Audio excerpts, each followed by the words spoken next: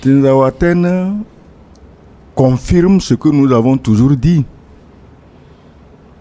Les fameux terroristes. Moi, j'ai toujours dit depuis le début jusqu'à aujourd'hui, et je maintiens qu'il n'y a jamais eu de terroristes au Sahel. Jamais. Ça n'existe pas. Il y a des gens recrutés, armés, financés par des puissances qui ne veulent pas que l'Afrique se libère. Et pour réussir le coup aussi tordu, aussi sale, aussi sanglant, on a commencé par tuer Kadhafi. Kadhafi était la digue qui retenait toute cette malfaisance qui va déferler sur nos pays. On l'a tué au nom de quoi? De la démocratie, des droits de l'homme. On a trouvé des tocards libyens pour les mettre devant à Benghazi, pour faire la fameuse révolution, alors que tous les services secrets du monde occidental, toute l'internationale terroriste était là-bas pour tuer les gens et pour tuer Kadhafi sur commande. Kadhafi mort, nous on croyait que à première vue c'est à Kadhafi qu'on en voulait. Non, c'est à nous qu'on en voulait. C'est au peuple noir d'Afrique noire dite francophone. C'était la cible visée.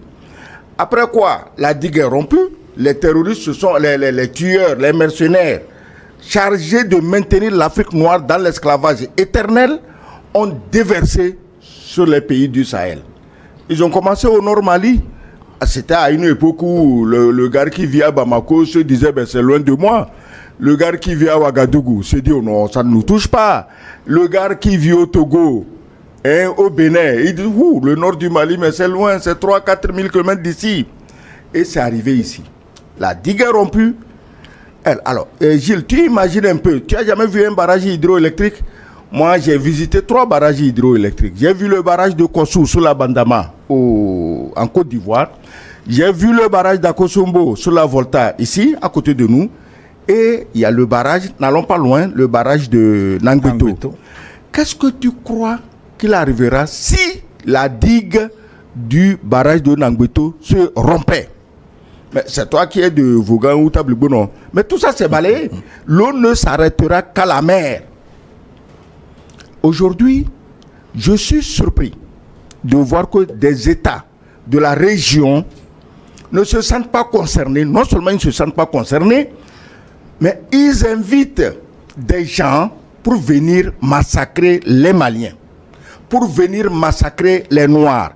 Les Ukrainiens sont les gens parmi les plus racistes qui soient. Je l'ai déjà dit ici la dernière fois, qu'en 1939-45, avant même que les nazis n'arrivent en Russie, en Ukraine, les Ukrainiens se sont auto-organisés, auto-financés pour persécuter, tuer des dizaines de milliers de Juifs. Et c'est ce racisme primaire que représente Zelensky.